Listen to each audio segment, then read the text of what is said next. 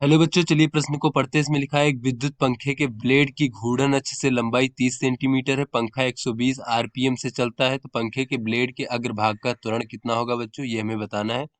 यहाँ पर 4 विकल्प दिए गए हैं बच्चों, सही विकल्प का चयन करना है।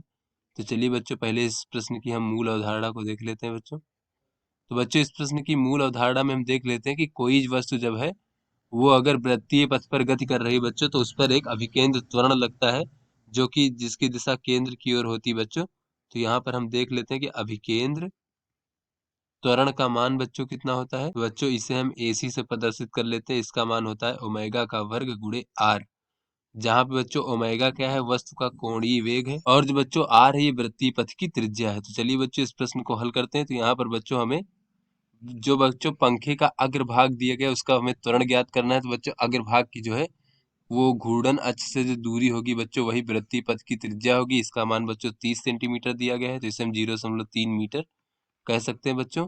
उसके बाद बच्चों ये ओमेगा का मान देखें बच्चों, तो यहाँ पर ये आरपीएम दिया गया है बच्चों 120 आरपीएम।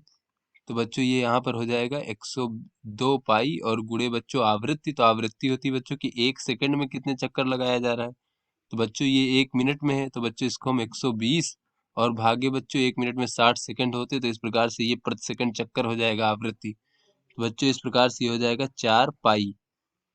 तो चलिए बच्चों, अब हम इसका अभिकेंद्र त्वरण का मान ज्ञात कर लेते हैं बच्चों। तो ये एसी बराबर हो जाएगा ओमेगा का वर्ग गुणे आर, तो बच्चों ये हो जाएगा 4 पाई का वर्ग और गुणे बच्चों 0.3। तो इसको बच्चों हल करेंगे तो ये आ जाएगा 47.37 मीटर प्रति सेकंड का वर्ग। तो यही बच्चों हमारे पंखे के अग्रभाग का त्वरण हो जाएगा। चलिए बच्चों, अपने विकल्पों को देखते हैं। बच्चों, ये जो बी विकल्प है 47.4 मीटर प्रति सेकंड का वर्ग, ये हमारा सही विकल्प है।